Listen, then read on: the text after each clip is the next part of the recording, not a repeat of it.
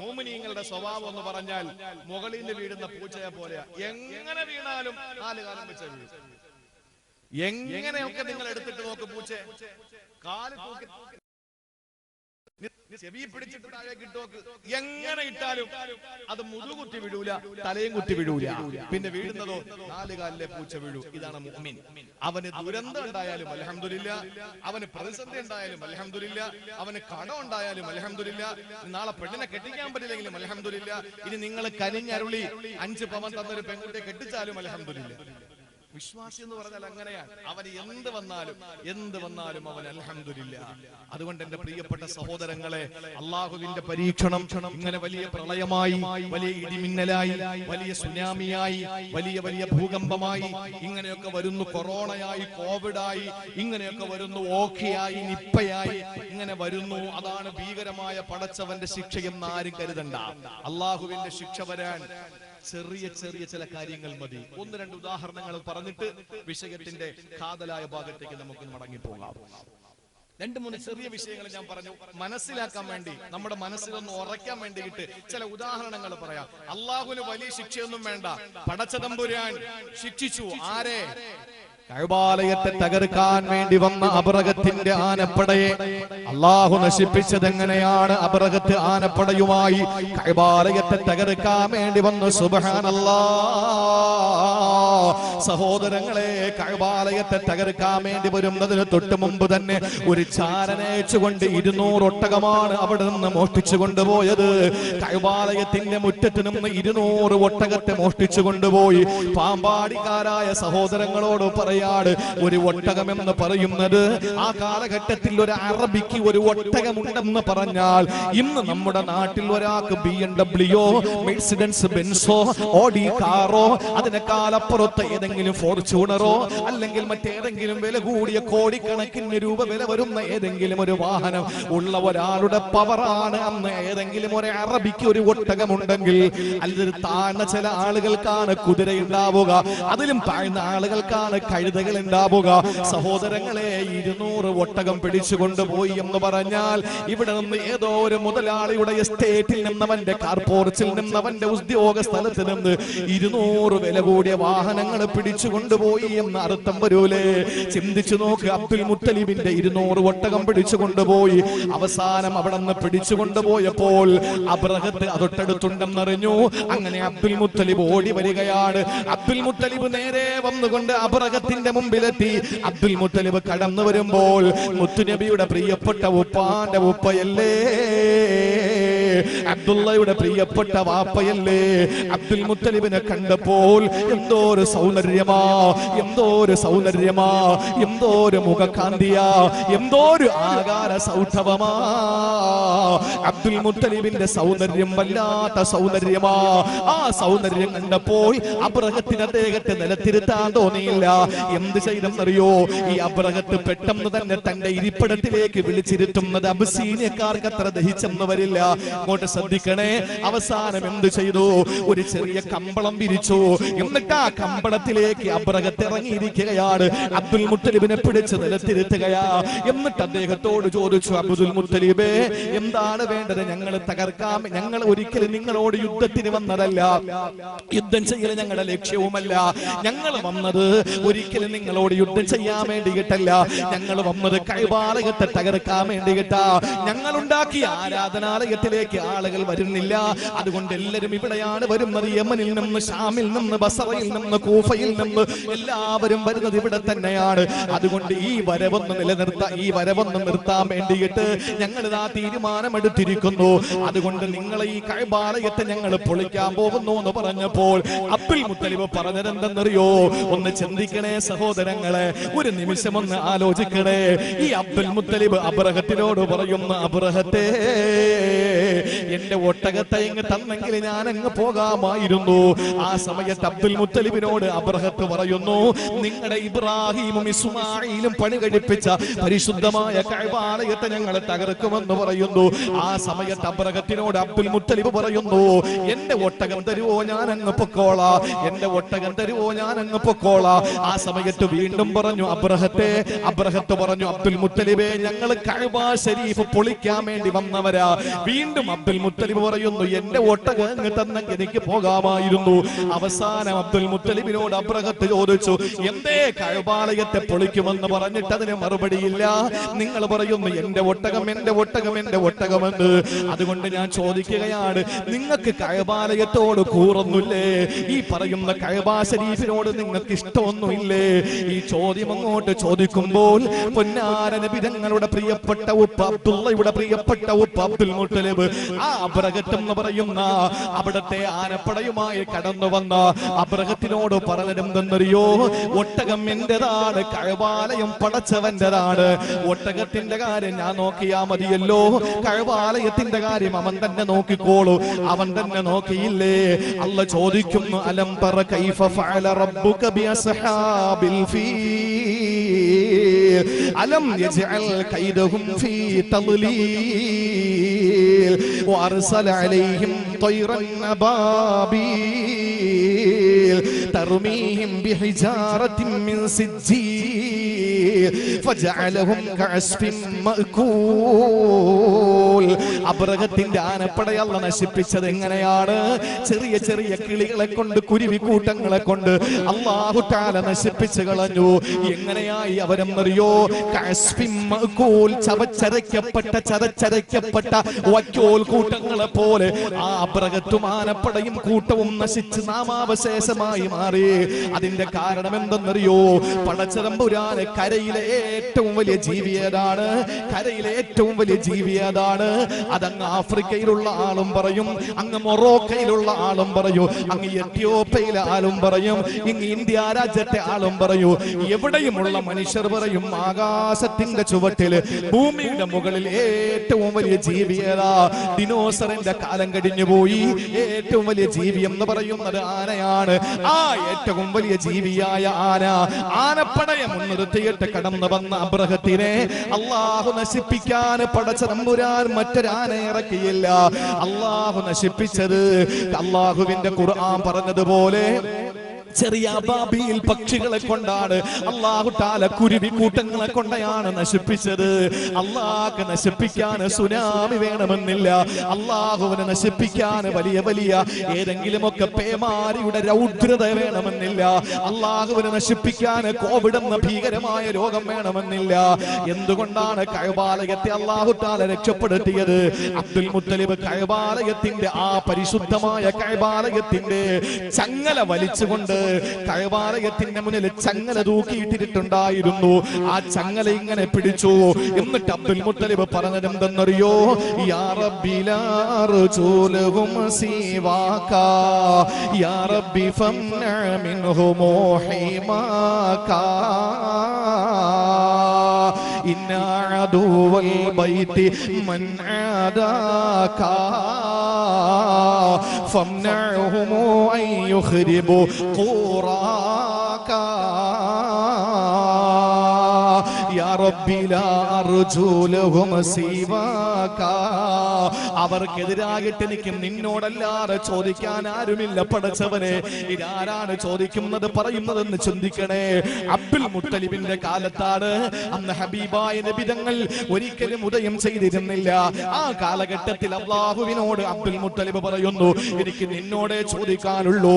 കാരണം യാ റബ്ബി ഫംന മിൻഹും ഹിമാക, അവരിൽ നിന്ന് നിന്റെ പരിശുദ്ധ കഅബാലയത്തെ സംരക്ഷിക്കേണ്ടത് നീ തന്നെയാണ്.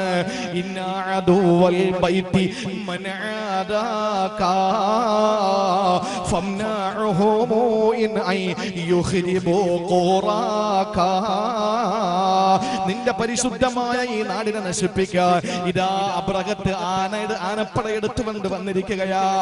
ആനപ്പടയെ നശിപ്പിക്കണേ പടച്ചവനെ എന്നൊരൊറ്റ ദുആ അബ്ദുൽ മുത്തലിബ് അവിടെ നിന്ന് കഅബാലയത്തിന്റെ ചങ്ങല കൂട്ടങ്ങളിൽ പിടിച്ചുകൊണ്ടെന്ന് ദുആ ചെയ്തപ്പോൾ അല്ലാഹ് പറഞ്ഞു, അതിനെ അങ്ങ് നശിപ്പിച്ചു കളഞ്ഞു.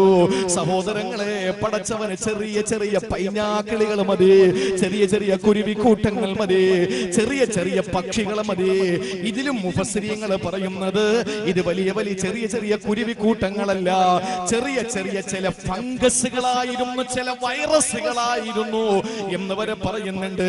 കൊതുകായിരുന്നു, ഈച്ചയായിരുന്നു വന്നതെന്നൊക്കെ പറയുന്നുണ്ട്. പോട്ടെ, ഏതായിരുന്നാലും അള്ളാന്റെ പരിശുദ്ധമായ ഖുർആനിലൂടെ അല്ലാഹ് പറഞ്ഞു, ആനപ്പടയെ നശിപ്പിച്ചത് അള്ളാനെ ചെറിയ സൈന്യത്തെ അയച്ചുകൊണ്ടാ. ഇനി ഒരൊറ്റ സംഭവം കൂടി ഞാൻ നിങ്ങളെ ശ്രദ്ധയിൽപ്പെടുത്തുകയാണ്. മഹാനായ ആസിം റളിയല്ലാഹു തആല അൻഹു മദീനയിൽ വന്ന് കുറെ ആളുകൾ വന്നിട്ട് പറഞ്ഞു, നബിയേ, ഞങ്ങൾ ഇസ്ലാമിലേക്ക് കടന്നു വന്നവരാ, അതുകൊണ്ട് ഞങ്ങളെ ഒന്ന് ഇസ്ലാം പഠിപ്പിക്കാനും ഖുർആൻ പഠിപ്പിക്കാനും നിങ്ങൾ ആരെങ്കിലും ഒന്ന് പറഞ്ഞു വിടണേ നബിയേ. നബി സല്ലല്ലാഹു അലൈഹി വസല്ലമയുടെ മുന്നിൽ വന്നിട്ട് പറയാണ്, ഞങ്ങൾ ഇസ്ലാമിലേക്ക് കടന്നു വന്നവരാണ്, ഈ അടുത്ത സമയത്ത് ഞങ്ങൾ ഇസ്ലാം പുൽകിയവരാണ്, അതുകൊണ്ട് ഞങ്ങൾക്ക് പഠിക്കാൻ താല്പര്യമുണ്ട്. ഖുർആൻ അറിയുന്ന, തിരുവചനങ്ങൾ അറിയുന്ന ആരെയെങ്കിലും നിങ്ങളൊന്ന് വിട്ടുതരണം. അല്ലാഹുവിന്റെ ഹബീബ് 10 പേരെ വിട്ടുകൊടുത്തു. 10-ാമൻ ഖുബൈബ് ബിൻ അദി റളിയല്ലാഹു അൻഹു, 9-ാമൻ മഹാനായ ആസിം റളിയല്ലാഹു അൻഹു. 10 പേരെ വിട്ടുകൊടുത്തു. പഠിച്ചിട്ട് വരാൻ പറഞ്ഞു, പഠിപ്പിച്ചിട്ട് വരാൻ പറഞ്ഞു. മദീനത്തിൽ നബി സല്ലല്ലാഹു അലൈഹി വസല്ലം തങ്ങൾ ഇരിക്കുന്നു. 10 പേരെയും കൊണ്ടുവന്ന് തൻഈം എന്ന് പറയുന്ന ഹറമിന്റെ ബൗണ്ടറിക്ക് വെളിയിൽ, പരിശുദ്ധ കഅബ, പരിശുദ്ധ മസ്ജിദുൽ ഹറമിൽ നിന്ന് 5 കിലോമീറ്റർ ഇപ്പുറത്തുള്ള മസ്ജിദ് ആയിഷ എന്ന് പറയുന്ന, ആയിഷ പള്ളി എന്ന് പറയുന്ന പള്ളി നിലനിൽക്കുന്ന തൻഈം എന്ന് പറയുന്ന സ്ഥലത്തെത്തിയപ്പോൾ അതിന് മുമ്പ് വെച്ച് തന്നെ പല സ്ഥലങ്ങളിലും വെച്ച് പലരുമായിട്ട് ഇവർ യുദ്ധം ചെയ്തു. കാരണം ഇവർ പൊതുവിശ്വാസികളായിരുന്നില്ല, ഇവർ മനഃപൂർവ്വം വന്നിട്ട് മുസ്ലിമീങ്ങളെ ഇങ്ങനെ പറ്റിച്ച് കൊന്നുകളയാൻ വേണ്ടിയിട്ട് വന്നവരാണ്. അങ്ങനെ ഖുബൈബ് റളിയല്ലാഹുവിന്റെ കഥ പോട്ടെ, അതവിടെ നിൽക്കട്ടെ, നമ്മൾ ഒരുപാട് കേട്ടവരെ. ആസിം റളിയല്ലാഹു അൻഹുവിനെ ഇവര് ആക്രമിക്കാൻ ഒരുങ്ങി, ഒരുപാട് പിടിച്ചു നിന്നു ആസിം റളിയല്ലാഹു അൻഹു. അവസാനം ആസിം റളിയല്ലാഹു തആല അൻഹുവിനെ നിഷ്ഠൂരമായി കൊന്നു. എന്നിട്ട് അവിടെ നിന്ന് പ്രഖ്യാപിച്ചു, ഈ ആസിമിന്റെ തല, ആ തലയെടുത്തിട്ട് ഉഹദിൽ ഞങ്ങളുടെ പ്രിയപ്പെട്ട ഒരു സഹോദരിയുടെ മകനെ ഇതുപോലെ കൊന്നുകളഞ്ഞവനാണ് ആസിം, അതുകൊണ്ട് ഈ തല കൊണ്ടുവന്ന് ആ കൊല ചെയ്യപ്പെട്ടവന്റെ ഉമ്മയ്ക്ക് കൊടുക്കണം, ഗിഫ്റ്റായി കൊടുക്കണം എന്ന് പറഞ്ഞാണ് ഈ മഹാനായ ആസിം റളിയല്ലാഹു അൻഹുവിനെ കൊല്ലുന്നത്. ആസിം റളിയല്ലാഹു തആല അൻഹുവിനെ കൊന്ന് തലയെടുക്കാൻ വേണ്ടി ശത്രുക്കൾ അങ്ങോട്ട് പോകേണ്ട താമസം. സുബ്ഹാനല്ലാഹ്, എന്താ സംഭവിച്ചെന്നറിയോ? അള്ളാഹുവിന്റെ പട്ടാളം അവിടെയും വന്നു. കഅബ പൊളിക്കാൻ വേണ്ടി വന്നവനെ ആട്ടി ഓടിക്കാൻ വേണ്ടി വന്നത് ചെറിയ കുരുവിക്കൂട്ടങ്ങളാണെങ്കിൽ അതിനേക്കാൾ ചെറിയ പട്ടാളത്തെ അള്ളാഹു ഇറക്കി അവിടെ. ഏത് പട്ടാളം? ആസിം റളിയല്ലാഹു അൻഹുവിനെ 4 ഭാഗത്തും വളഞ്ഞു പട്ടാളം, അള്ളാഹുവിന്റെ പട്ടാളം. അള്ളാഹുവിന്റെ പട്ടാളം ഏതാണ്? ആ പട്ടാളം തേനീച്ചക്കൂട്ടങ്ങളാണ്. തേനീച്ചക്കൂട്ടങ്ങൾ വന്നു, അതിന്റെ മൂളിപ്പാട്ടോടുകൂടി അത് കടന്നു വരികയാണ്. ആ തേനീച്ചകൾ വന്നിട്ട് ആസിം റളിയല്ലാഹു അൻഹുവിനെ അങ്ങ് വളയുകയാ. ഏത് മൃഗമാണെങ്കിലും വെടിവെക്കാം, മനുഷ്യനാണെങ്കിൽ അമ്പയ്യ, എങ്ങനെ വേണോ കൊന്നിട്ട് ആസിം തങ്ങളുടെ തലയെടുത്ത് ഉഹദിൽ പെടന്ന് മരിച്ച ശവത്തിന്റെ ഉമ്മയുടെ അടുക്കൽ കൊണ്ടുവന്ന് നിന്റെ പ്രിയപ്പെട്ട മകനെ കൊന്നവന്റെ തലയാണെന്ന് പറഞ്ഞിട്ട് ഗിഫ്റ്റ് കൊടുക്കുക. പക്ഷേ അള്ളാഹുവിന്റെ പട്ടാളം തേനീച്ചകളായതുകൊണ്ട് തേനീച്ചയെ ബോംബ് വെക്കാൻ പറ്റൂലല്ലോ, തേനീച്ചയെ അമ്പയ്യാൻ പറ്റൂലല്ലോ, തേനീച്ചയെ വാള് കൊണ്ട് വെട്ടാൻ പറ്റൂലല്ലോ. ആ തേനീച്ച എന്ന പട്ടാളത്തെ കൊണ്ട് അല്ലാഹു തആല ആസിം തങ്ങളുടെ ആ ശരീരത്തിന്റെ 4 ഭാഗത്ത് വല്ലാത്ത നിലയിൽ ഒരു വലിയ മതിൽ കെട്ടി നിർമ്മിച്ചു. ആസിം റളിയല്ലാഹു അൻഹുവിന്റെ ബോഡിയിലേക്ക് അടുക്കാൻ കഴിയാതെ വന്നപ്പോൾ അവൻ അവിടെ നിന്ന് ഉറക്കെ പറയുകയാണ്, വൈകുന്നേരം വന്നിട്ട് നമുക്ക് അവന്റെ തലയെടുക്കാം. ആരും വന്ന് ഈ ശരീരം എടുക്കില്ല. അവരവിടെ നിന്ന് മടങ്ങിപ്പോയി.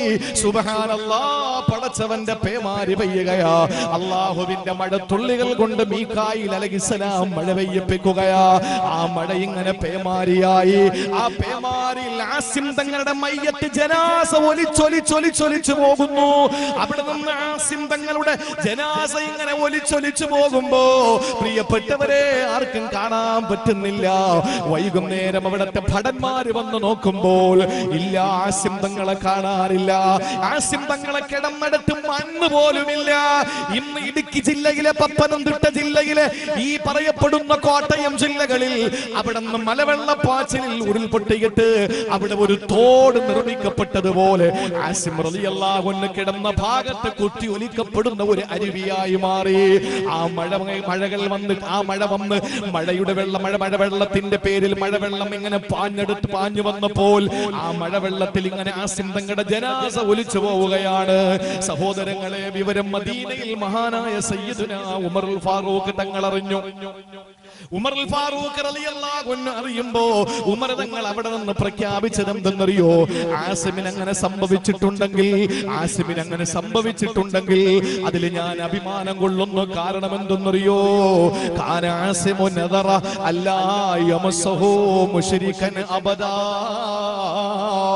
അവിടെ നിന്ന് ആസിം തങ്ങൾ എപ്പോഴും ദുആ ചെയ്യുമായിരുന്നു, റബ്ബേ എന്റെ ശരീരത്തിൽ ഒരു മുശ്രിക് തൊടല്ലേ അല്ലാ, ഒരു ബഹുദൈവ വിശ്വാസി എന്റെ ശരീരത്ത് തൊടല്ലേ അല്ലാ, എനിക്കൊരു മുശ്രിക്കിനെ കാണേണ്ട അവസ്ഥ വരുത്തല്ലേ അല്ലാ, എന്റെ ശരീരത്തിൽ ഒരു മുശ്രിക്ക് തൊടല്ലേ പടച്ചവനെ എന്ന് ദുആ ചെയ്തു. ഉമർ റളിയല്ലാഹു അൻഹു രോമാഞ്ചത്തോടെ വികാരത്തോടുകൂടി അവിടെ നിന്ന് പ്രഖ്യാപിക്കുകയാ, ഫമനഅഹുല്ലാഹു ബഅദ വഫാത്തി ആസിമി. ആസിമിന്റെ വഫാത്തിന് ശേഷവും അല്ലാഹു ആ പ്രതിജ്ഞ, ആ ദുആ അല്ലാഹു സ്വീകരിച്ചു കൊടുത്തു. ഹയാത്തിൽ അദ്ദേഹത്തെ ഒരു മുശ്രിക്ക് തൊട്ടിട്ടില്ല, അദ്ദേഹം ഒരു മുശ്രിക്കിനെയും സ്പർശിച്ചിട്ടില്ല. അങ്ങനെ തന്നെ അല്ലാഹു അദ്ദേഹത്തെ മരിക്കുന്ന സന്ദർഭത്തിൽ ഒരു മുശ്രിക്കും തൊടാത്ത അവസ്ഥയിൽ അല്ലാഹു തആല എവിടെയോ കൊണ്ടുപോയി ആസിം തങ്ങളെ. ആസിം തങ്ങളുടെ മയ്യത്ത് ആർക്കും അറിയില്ല എവിടെയാണെന്ന്. അതിങ്ങനെ മലവെള്ളപ്പാച്ചിൽ ഇങ്ങനെ പോയി. അള്ളാഹുവിന് വലിയ വലിയ സിംഹത്തെ ഇറക്കേണ്ടതുണ്ടോ? അള്ളാഹുവിന് കടുവക്കൂട്ടങ്ങൾ ഇറക്കേണ്ടതുണ്ടോ? അള്ളാഹുവിന് ആനക്കൂട്ടങ്ങൾ ഇറക്കേണ്ടതുണ്ടോ? അള്ളാഹുവിന് ചെമ്പുലികൾ ഇറക്കേണ്ടതുണ്ടോ? അള്ളാഹുവിന് ഏതെങ്കിലും ഭീകരമായ ഹിംസ്ര ജന്തുക്കളെ ഇറക്കിയിട്ട് നശിപ്പിക്കേണ്ടതുണ്ടോ? ഇല്ല. ഇവിടെ തേനീച്ചകളെ കൊണ്ട് അല്ലാഹു തആല ശത്രുക്കളെ പരാജയപ്പെടുത്തി. തൊട്ടു മുമ്പ് അബാബീൽ എന്ന കുരുവി കൂട്ടങ്ങളെ കൊണ്ട് അല്ലാഹു ശത്രുക്കളെ പരാജയപ്പെടുത്തി. അതുകൊണ്ട് അല്ലാഹുവിന്റെ ശിക്ഷ വരുമെന്ന് പറയുമ്പോൾ അഫഅമിന അഹ്ലുൽ ഖുറാ അൻ യഅതിയഹും ബഅസുനാ ബയാതൻ വഹും നായിമൂൻ അവ അമിന അഹ്ലുൽ ഖുറാ അൻ യഅതിയഹും ബഅസുനാ ളുഹൻ വഹും യൽഅബൂൻ. അതാ നമ്മൾ പറഞ്ഞു വന്നത്.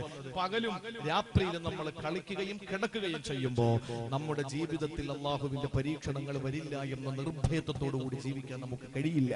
കാരണം അല്ലാഹുവിന്റെ പരീക്ഷണം വരും. അതിന് വലിയ എന്തെങ്കിലും ഭീകരമായ പരീക്ഷണം തന്നെ ആകണമെന്നൊന്നുമില്ല. അതിന്റെ ഏറ്റവും വലിയ തെളിവാണ് കോവിഡ് വൈറസ്. ഞാൻ പറഞ്ഞല്ലോ, കാണാൻ പറ്റില്ല. അതുകൊണ്ട് പ്രിയപ്പെട്ട സഹോദരങ്ങളെ, അള്ളാഹുവിന്റെ പരീക്ഷണങ്ങൾ വരും. ചെറിയ ചെറിയ പരീക്ഷണങ്ങൾ അള്ളാഹു തന്നുകൊണ്ടിരിക്കും. ബനൂ ഇസ്രായേലുകളെ സംബന്ധിച്ചിടത്തോളം അള്ളാഹു അവർക്ക് കൊടുത്ത നിഅമത്തുകൾക്ക് വല്ല കണക്കുണ്ടോ? മന്ന് സൽവ, ആകാശത്ത് നിന്ന് അള്ളാഹു ഭക്ഷണം ഇറക്കി കൊടുത്തു. മന്ന് സൽവ, ഏറ്റവും നല്ല ഭക്ഷണം മന്ന് സൽവ. അവസാനം നല്ല ഇറച്ചിയാണ്, കാടപ്പക്ഷിയുടെ ഇറച്ചിയാണ്. അപ്പൊ ഇതങ്ങോട്ട് ഇറക്കി കൊടുത്തപ്പോ അവര് പറഞ്ഞു, ഞങ്ങൾക്ക് വെജിറ്റബിൾ മതി എന്ന് പറഞ്ഞു. ഇപ്പോഴും ഞാൻ ചോദിക്കാൻ, നോൺ വെജാണോ വെജാണോ ഏറ്റവും ഹൈർ എന്ന് ചോദിച്ചാൽ കൃത്യമായി അള്ളാഹു പറഞ്ഞിട്ടുണ്ട് നോൺ വെജ് തന്നെയാണ്, ഒരു സംശയമില്ല. ഖുർആനാണ് സാക്ഷി അതിന്. അള്ളാഹു ചോദിച്ചു മൂസാ നബിയോട്, ചോദിക്കാത്ത നിങ്ങൾ പകരമാക്കുകയാണോ? ഹൈറായ ഭക്ഷണം നിങ്ങൾക്ക് തന്നപ്പോൾ ആ ഹൈർ അല്ലാത്ത ഭക്ഷണത്തെ കൊണ്ട് നിങ്ങൾ അള്ളാഹുവിനോട് പകരം ചോദിക്കുകയാണോ? അല്ലേ? കാടപ്പക്ഷിയുടെ ഇറച്ചി അല്ല കൊടുത്തു. അഥവാ അള്ളാഹു നല്ല ഒന്നാം തരം ഇറച്ചി കൊടുത്തപ്പോ അത് തിന്നിട്ട് പറയുന്നു, ഞങ്ങൾക്ക് ഇനി പച്ചക്കറി മതി. അവസാനം അല്ലാഹു പച്ചക്കറി കൊടുത്തു. കക്കരിക്ക, വെള്ളരിക്ക, ഉള്ളി, പയറ്, കക്കരിക്ക, വെള്ളരിക്ക, ഇതൊക്കെ താ പടച്ചോനെ എന്ന് പറഞ്ഞു. അല്ലാഹു ചോദിച്ചു, നിങ്ങൾക്ക് വട്ടുണ്ടോ? നിങ്ങൾക്ക് എന്തായി പറയുന്നത്? നിങ്ങൾക്ക് നല്ല ഭക്ഷണം കൊണ്ട് തന്നപ്പോ അത് വേണ്ട, നിങ്ങൾക്ക് ഇത് മതി എന്ന് പറയുന്ന നിങ്ങൾക്ക് ബോധമില്ലേ? അല്ലാഹു ചോദിക്കാൻ. നിങ്ങൾ നോക്കൂ എന്റെ പ്രിയപ്പെട്ട സഹോദരങ്ങളെ, ബനൂ ഇസ്രായേലിന് അല്ലാഹു തആല അരുവികൾ തീർത്തുകൊണ്ട് അല്ലാഹു തആല അവർക്ക് സൗകര്യങ്ങൾ മുഴുവനും ചെയ്തു കൊടുത്തു. മേഘത്തെ അല്ലാഹു തണലാക്കി കൊടുത്തു.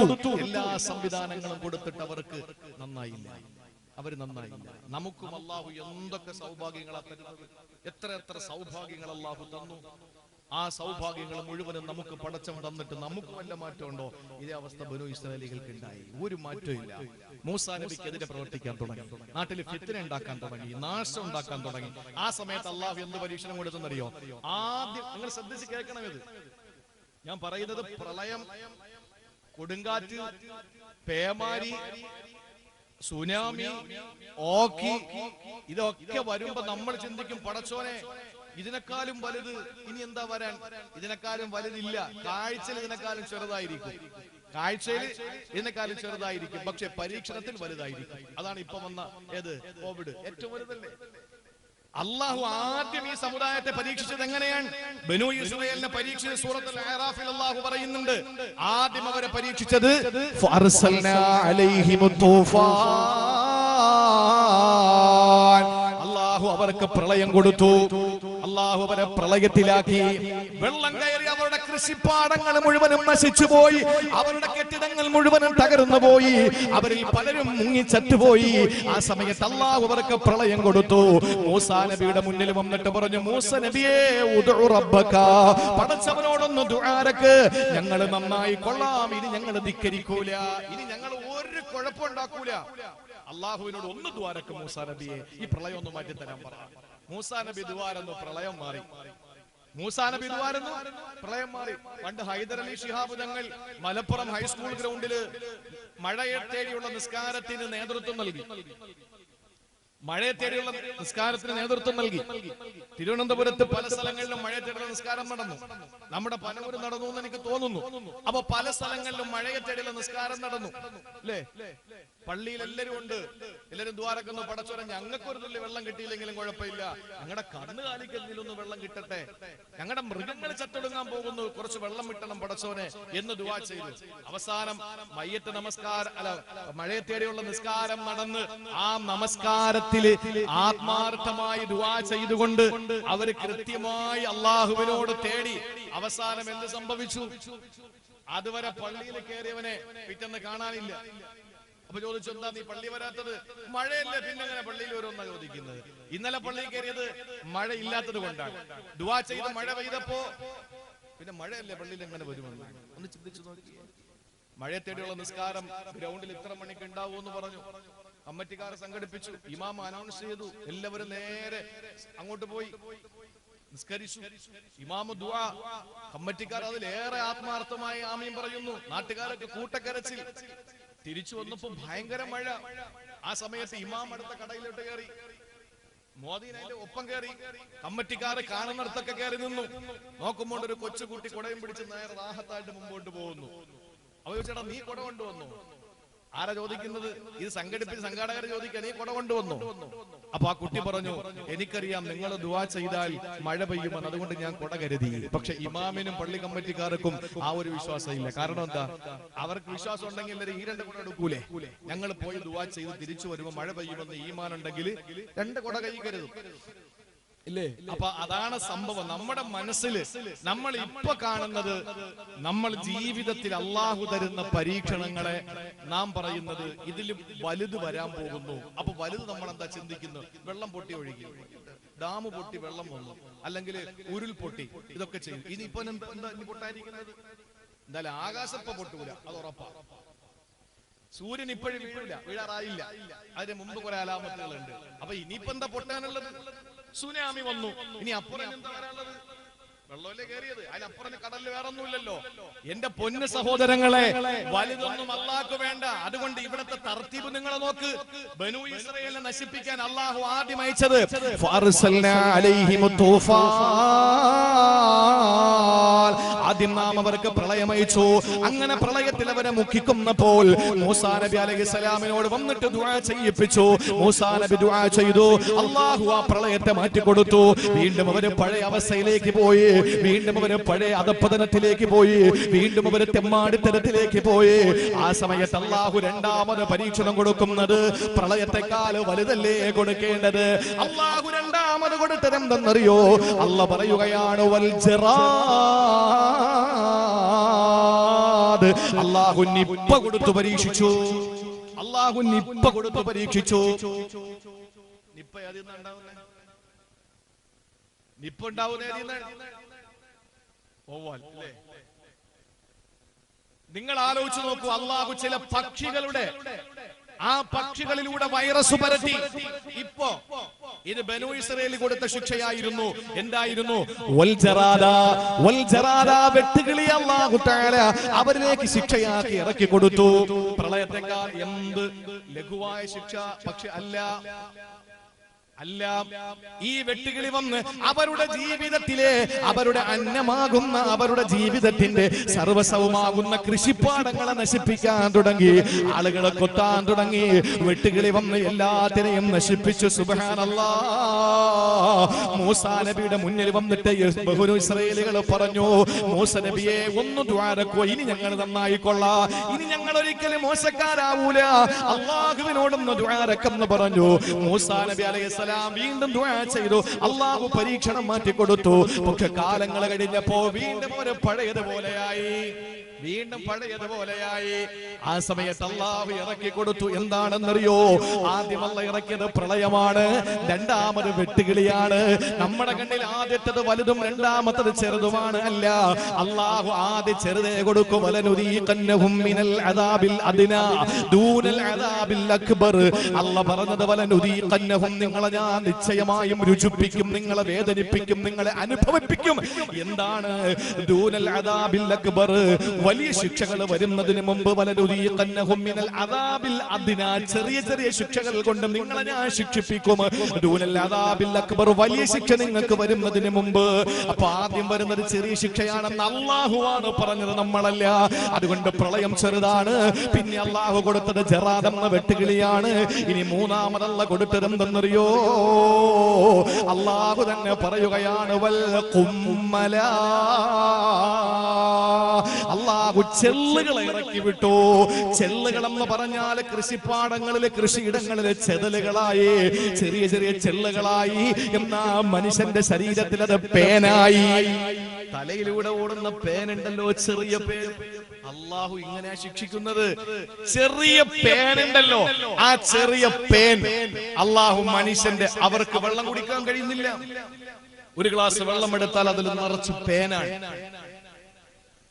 ചെല്ലാണ്, കൊതുകാണ്, ഈച്ചയാണ്. എല്ലാത്തിനുമുള്ള ടോട്ടലായിട്ടുള്ള കോമൺ പേരാണ് ഈ പറയുന്ന കുമ്മൽ എന്ന് പറയുന്നത്. ചെതലിനും അങ്ങനെ തന്നെയാ പറയുന്നത്. കൃഷിയിടങ്ങളിൽ ചിതൽപുറ്റ്, അവിടെ വീടുകളുടെ അടിയിൽ ചിതലുകളായി, എല്ലാം തകർന്നു വിടാൻ തുടങ്ങി. അവർ കുടിക്കുന്ന വെള്ളത്തിൽ ചെള്ളുകളായി, പ്രാണികളായി, അവർക്കൊന്നിനും പറ്റുന്നില്ല. ശരീരം മുഴുവനും പേനായി. ഇങ്ങനെ ഒരു പരീക്ഷണം അല്ലാഹു കൊടുത്ത് സഹിക്കാൻ പറ്റുന്നില്ല. ഒന്നാലോചിച്ച ജംഗ്ഷനിൽ നിങ്ങനെ തലയുറഞ്ഞുകൊണ്ടിരിക്കുന്ന രംഗം ഒന്ന് ആലോചിച്ചു. അത് തലയല്ല കഴിയുന്നത്, ശരീരം മുഴുവനും. അല്ലാഹു തആല ഈ പരീക്ഷണം കൊടുത്തു. എല്ലാവരും ഈ അവസ്ഥയിലായി. അവസാനം അല്ലാഹുവിനോട് ദുആ ചെയ്തതിന്റെ പടച്ചോനെ, മൂസാ നബി ദുആരന്നു, ഇവരുടെ ഇടപെടൽ.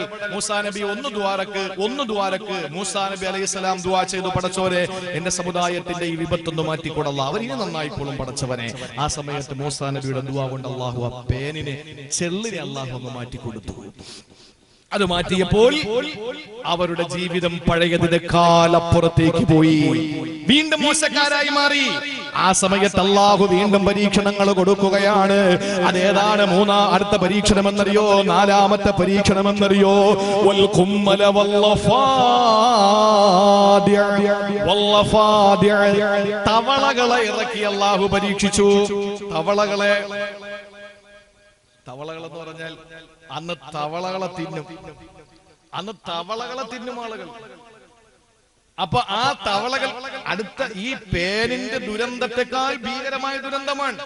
അവര് തിന്നുമെങ്കിലും എത്രയൊന്നും പറഞ്ഞ് തിന്നും. ഈ തവളകളെ ഇറക്കി അവരുടെ എന്തെങ്കിലും പാകം ചെയ്താൽ അടുപ്പിൽ നിറക്കുന്ന പാത്രം നിറച്ച തവളയായി. ഒരു തഫ്സീറുകളിൽ കാണുന്ന ഒരു കമീസ്, ഒരു കന്തൂർ എടുത്തവർക്ക് ഇടാൻ പറ്റില്ല. അതിന്റെ പോക്കറ്റിൽ, അതിന്റെ എല്ലാ മടക്കിലും, കൈയുടെ മടക്കിലും ഒക്കെ കയറിയിരിക്കാൻ തുടങ്ങിയ തവള. എവിടെ പോയാലും തവള. അവരുടെ മൃഗങ്ങളുടെ അവരുടെ മറ്റ് സംവിധാനങ്ങളുടെ, അവരുടെ യാത്രാ വാഹനങ്ങളുടെ എല്ലാത്തിലും തവളയായി. കുടിക്കാൻ പറ്റുന്നില്ല, തിന്നാൻ പറ്റുന്നില്ല. അള്ളാഹുവിന്റെ പരീക്ഷണം. കരഞ്ഞ് വീണ്ടും മൂസാ നബി എടുത്തുകൊണ്ട് പറഞ്ഞു, ഇനി ഒരിക്കലും ഞങ്ങൾ തെറ്റ് ചെയ്യില്ല മൂസാ നബിയെ, ഒന്നുകൂടി ഞങ്ങൾക്ക് ഒരു അവസരം കൊടുത്താ, ഒന്നുകൂടെ ദ്വാരക്കാൻ. എണ്ണി വെച്ചോ എത്ര? 3 പ്രളയം, 2.5 പ്രളയമുണ്ടായി. 2 പൂർണ്ണ പ്രളയവും ഒരു ഭാഗികമായ പ്രളയവും. എന്നിട്ട് അല്ലാഹു ഓക്കി തന്നു, നിപ്പ തന്നു, വൈറസ്, ഈ കോവിഡ് തന്നു. എന്നിട്ട് നന്നായില്ല, വീണ്ടും അല്ലാഹു ഒരു പ്രളയം തന്നു. ഇങ്ങനെ ഓരോന്ന് ബനൂ ഇസ്രായേലിന് കൊടുത്തതുപോലെ നമുക്ക് തന്നോണ്ടിരിക്കുക. പിന്നെ നമുക്കുള്ളൊരു ഭാഗ്യം എന്ന് പറഞ്ഞാൽ അല്ലാഹു ഈ പരീക്ഷണങ്ങളൊക്കെ കൊടുക്കുമ്പോഴും നമ്മൾ അള്ളാഹുവിനോട് ദുആ ചെയ്യുന്നതിന് മുമ്പ് തന്നെ നമ്മൾ ആരും വലുതായിട്ട് ആത്മാർത്ഥമായി ദുആരക്കാൻ നമുക്ക് ദുആരക്കാൻ ടൈമില്ലല്ലോ. കാരണം നമ്മൾ TV ഓണാക്കി വെച്ചിരിക്കുകയാണ്. കാരണം എത്ര പേര് മരിച്ചു, എത്ര പേര് മരിച്ചു. പിറ കാണാൻ പോകുമ്പോ തന്നെ മൊബൈലിൽ നോക്കിയിട്ട് ഇങ്ങനെ കുനിഞ്ഞു നോക്കിക്കൊണ്ടിരിക്കുക. പിറ കണ്ട മലന്ന് ആകാശത്തിൽ നോക്കിയാലേ പിറ കാണോ? ഈ ദുനിയാവുള്ള മുഴുവനും മൊബൈൽ നോക്കിക്കൊണ്ടിരിക്കുക. പിറ കണ്ടെന്ന് എവിടെയെങ്കിലും ഇത് ആരെങ്കിലും ഒരാൾ മേപ്പോട്ട് നോക്കിയിരുന്നെങ്കിൽ കാപ്പാട് കണ്ടനെ. പക്ഷെ ഈ ജീവിതത്തിൽ നമുക്ക് അള്ളാഹു തന്ന പരീക്ഷണങ്ങൾ നമ്മുടെ പ്രിയപ്പെട്ട നാട്ടുകാര് പരിസര ജില്ലക്കാർ അനുഭവിച്ചു കൊണ്ടിരിക്കുമ്പോൾ ഒന്ന് ദുആ ചെയ്യാനും അവർക്ക് വേണ്ടി ഒന്ന് നിസ്കാരപ്പായിരിക്കാനും നമുക്ക് സമയമില്ല. നമ്മൾ നോക്കുന്ന ചാനലുകൾ മാറ്റി മാറ്റി നോക്കുന്നു. അവിടെ എത്ര മരണം, ഇവിടെ എത്ര മരണം നോക്കിയിരിക്കുന്നു. പക്ഷേ നമ്മളെ ദുആയൊന്നും ഇല്ലാതെ അള്ളാഹു താല ടെസ്റ്റ് ഡോസുകൾ നടത്തി നമ്മളെ അള്ളാഹു താല ഒന്ന് ശുദ്ധീകരിച്ച് റബ്ബ് നമ്മളെ രക്ഷപ്പെടുത്തിക്കൊണ്ടിരിക്കുകയാണ്. അതുകൊണ്ടാണ് നമ്മൾ വീണ്ടും ഇവിടെ ഒരുമിച്ച് കൂടിയത്. കോവിഡ് ഒക്കെ വന്നപ്പോ ആരെങ്കിലും കരുതിയോ ഇനി ഇങ്ങനെ ഒരു ഒരുമിച്ച് കൂടല്? നമ്മളൊക്കെ ചിന്തിച്ചു അള്ളാഹ് ഇനി എല്ലാവരും മരിക്കാൻ, നമ്മളെല്ലാരും മരിച്ചു പോകും എന്ന് പറഞ്ഞിട്ട് എല്ലാവരും ആ ഒരു തയ്യാറെടുപ്പിലായിരുന്നു. പക്ഷെ ഈ അവസ്ഥയിൽ വീണ്ടും നമ്മൾ വഅലിന്റെ മജ്‌ലിസുകൾ സജീവമാകുന്നു. നിങ്ങൾ ആലോചിച്ച് നോക്കൂ, അള്ളാഹു തന്ന നിഅമത്താണ്. ആരുടെയൊക്കെയോ ദുആ, ആരുടെയൊക്കെയോ പടച്ചവന്റെ മുന്നിൽ കൈനീട്ടിയുള്ള ആത്മാർത്ഥമായ ദുആ, മുൻഗാമികളുടെ നമ്മുടെ ദുആ, ആ ദുആയുടെ ഫലം